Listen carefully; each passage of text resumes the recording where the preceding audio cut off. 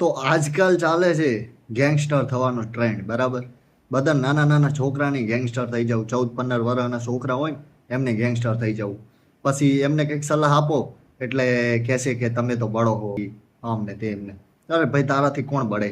એ કહે છે તે એવું શું પ્રાપ્ત કરી લીધું કે તારાથી બળે? તારામાં એક લક્ષણ નથી કે તારાથી કોઈ બળે. અને એક માણસ બતાવી દે કે તારાથી બળતું હોય એવું, બરાબર. અને આ બધું મૂકી દે અને કરિયર પર ફોકસ કર હરખું. કંઈક સુધરશે લાઈફ તારી. જેને તું લીધે ચડે છે ને આ બધા રવાડે, એ એની હાથ પેઢીઓનું હાજુ કરીને બેઠો, બરાબર. અને એ તને જો કદાચ તું કંઈક થઈ જશે ને તારા ઘરમાં, તો એ તને પૂછવાય નહીં આવે શું કામ ખોટા ખોટા લઈ આડ્યા છો. તો રહેવા દે અને લાઈન પર ચડી જા તો સારી વાત છે. અને બાકી કોઈને કંઈ પીર નહીં પડતો, તું ગમે એ કરે. આ તો કોઈ સારા માટે સલાહ આપતું હોય તો લેવી હોય તો ઠીક, ન કે તારું જ બગડવાનું. જય દ્વારકાધીશ, મળીએ આગળ નવી.